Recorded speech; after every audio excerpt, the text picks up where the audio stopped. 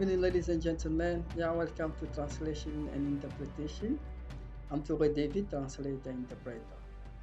After having done with the legal translation, today we are going to start a new chapter, very interesting chapter concerning the export and import. So we know that every country has to import or export depending on the domestic needs. So now, uh, in this new chapter, we have what we call Incoterm. Incoterm stands for International Commercial Terms. See, they are terms or conditions that are involved in international transaction, such as, for example, free on board when you place an order of goods to import it in your a country, and you place an order on free on board, it has its meaning. And when you say free alongside ship, it has its meaning.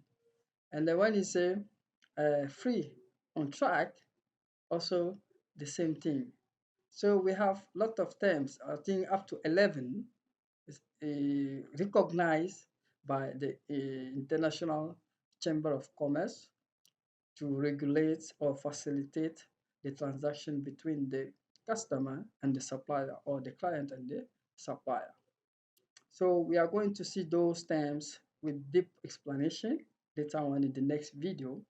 And besides that, we have also the level of banking formalities. For example, the method of payment you have to choose, whether it is through promissory notes or through drafts, overdrafts, and whatever concerning the method of payment through bank transaction.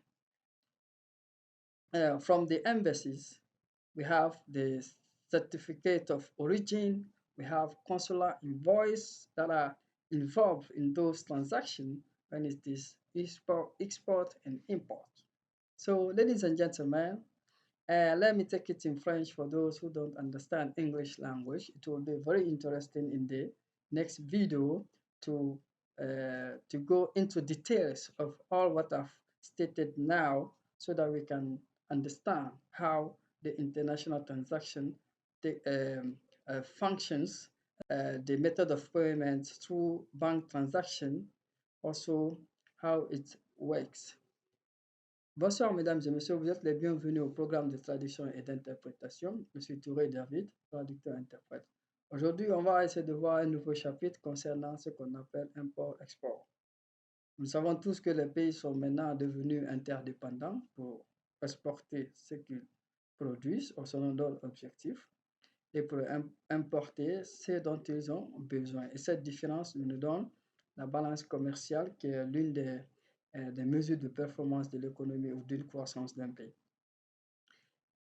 Maintenant, au niveau de l'import-export, il y a ce qu'on appelle un Incoterm. Incoterm, ça veut dire, en anglais, c'est International Commercial Terms.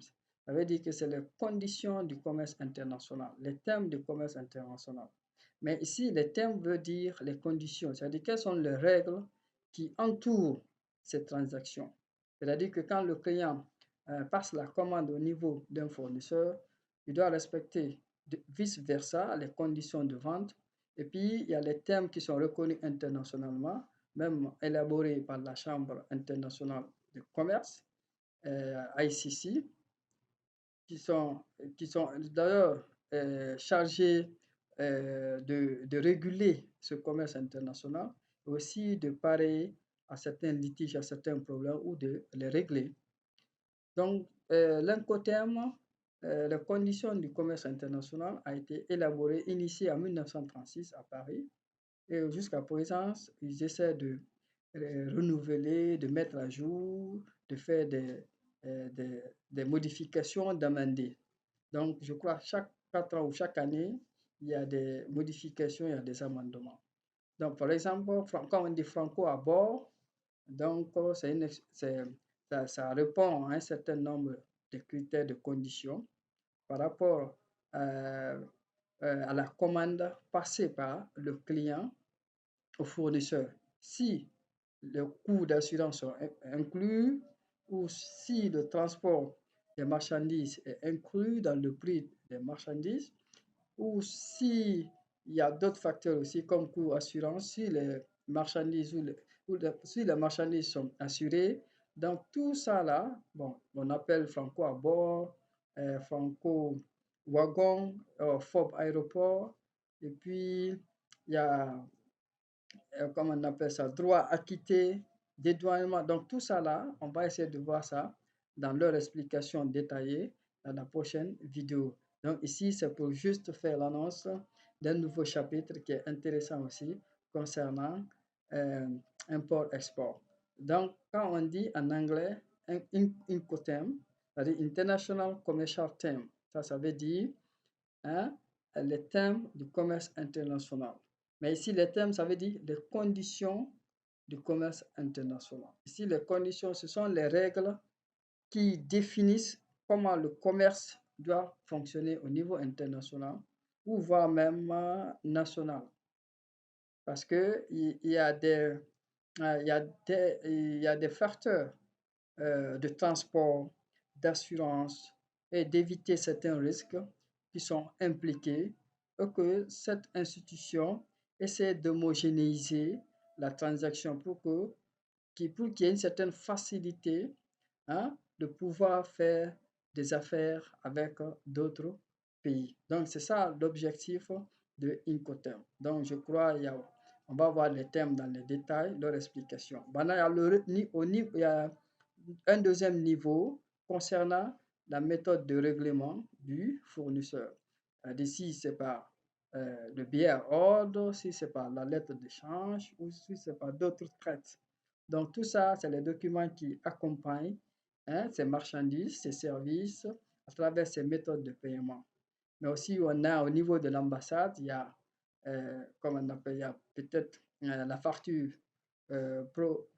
consulaire et puis le certificat d'origine qu'on peut délivrer aussi pour accompagner les marchandises, pour les expédier, parce que ces documents prouvent que ça vient de tel pays. Donc, validé par l'ambassade du pays qui a importé le produit au pays exportateur. Donc, ça prouve l'origine, ça prouve l'authenticité de l'origine des marchandises. Donc, mesdames et messieurs, je vais m'arrêter ici. Prochainement, on va rentrer